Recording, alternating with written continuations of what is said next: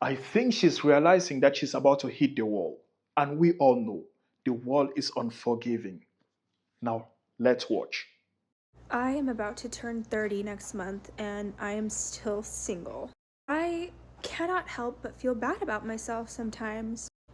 I don't want to cry, but it's having this itch that you can't scratch, wanting to be married and have your person. And I'm so sick and tired of people saying like your time will come, don't worry, you just need to focus on yourself, like fall in love with being with yourself. Like they make it seem like just improve yourself, work on self-development, and it's like, well, is there something wrong with me? Like, do I need to improve myself before I meet my person? Like, what do you mean by that? And I know that people mean good when they say things like that, but it's like I'm so sick and tired of it being like, oh, I'm single and I'm proud. Like it's not a badge of honor. God literally designed us to have community and have romantic love in our lives. Advice always comes from people who met their partner years ago when they were super young, either teenagers or in their early 20s, so it's like they don't understand. Two things can be true at the same time. Like I can love myself and enjoy my company alone while still wanting to share my life with a person. To begin with, most men didn't disappear. They simply recalculated because what's happening now is self correction. And this is where women in their 30s go blindsided. They think men are intimidated. They think men are immature. They think men are avoiding commitment. No, that's far from the truth. Men are simply responding to incentives. And if you miss that, your options shrink quietly while you are waiting for reassurance. And for men who don't see what's happening, this is where you lose years of your life. So, any guy who's watching this, you felt it. You felt the shift. You used to chase harder. You used to pursue harder. You used to explain more, to invest more, to prove more. And somewhere along the line, you thought to yourself, why am I even doing the heavy lifting in a system that penalizes me if it fails? You are not crazy for noticing that, bro.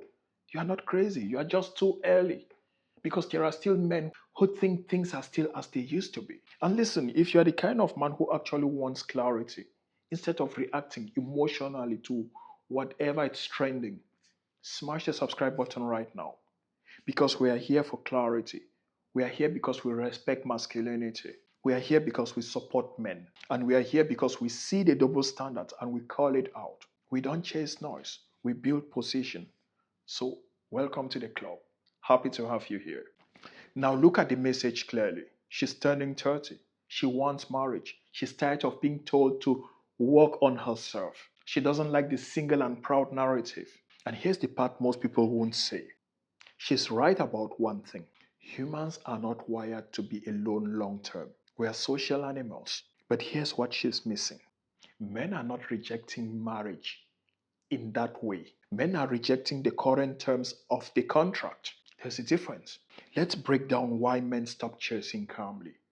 The first is that the risk is higher for men now because before marriage used to be stable. Now, divorce laws, social narratives, public shaming cycles. Men are hyper aware of the downsides, and the downsides are huge. Most men have watched a friend, a relative, father, uncle, brother lose half of his assets. A father lose access to his kids. A guy get drugs publicly after a breakup. So men think consequences. And this costs more later than it feels now. So they hesitate. Not because they don't want love, but because they understand leverage. And most men in their 20s and early 30s, they miss this. But the smart ones don't. The second thing that makes men to think twice is the standard gap. It's real. That's another uncomfortable truth. Modern dating advice tells women to delay family, to prioritize independence, to raise standards higher and higher. Meanwhile, men are told to improve on their body, which is good, to improve on their money, which is awesome, to improve on their mindset, which is great, to become worthy. I don't even know what that means when they say become worthy, but men did anyways. And when they did, they realized something. They don't have to chase anymore. So when a man builds his status, his income, his physique, his discipline, options expand. When a woman delays commitment into her 30s, options narrow statistically. It's not me. There are statistics for this. So don't think I'm insulting anyone. It's a market reality. You don't get to ignore supply and demand and then be shocked by the outcome. The third is that men are tired of being told to be the only ones to adjust. Listen to her frustrations. She's tired of being told to improve. But men have been told to improve since they were teenagers.